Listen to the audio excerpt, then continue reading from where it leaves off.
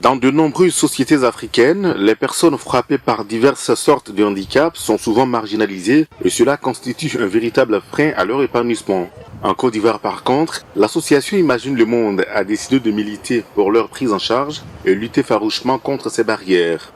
Nous sommes à Gonzagueville, dans la commune de Port-Boué, zone sud d'Abidjan. Ici, un centre polyvalent d'éducation et d'activités pédagogiques a été construit par l'association pour la prise en charge des enfants autistes atteints de trisomie 21 et autres handicaps.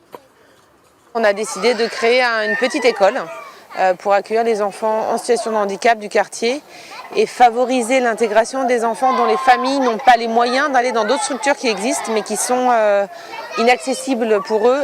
Pour une bonne marche du centre polyvalent, des travailleurs sociaux, des animateurs socioculturels et sportifs ont été recrutés. Ils estiment que travailler avec ces enfants nécessite l'amour de sa profession et beaucoup de patience.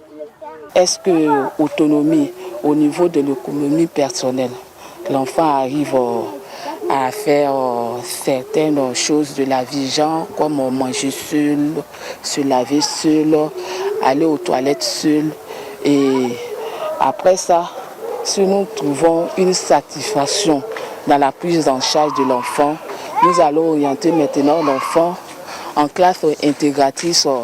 Bernard Tano est artiste peintre. Il apporte sa contribution à la formation de ces enfants en situation de handicap. Durant 3 semaines, il a réalisé des travaux avec eux, et ce, à travers des ateliers.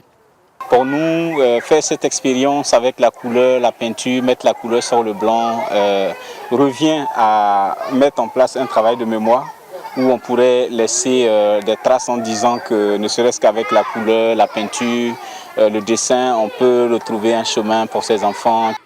La présidente de l'association Imagine le Monde lance par ailleurs un appel aux personnes de bonne volonté afin de parrainer les enfants. Cela facilitera davantage leur prise en charge.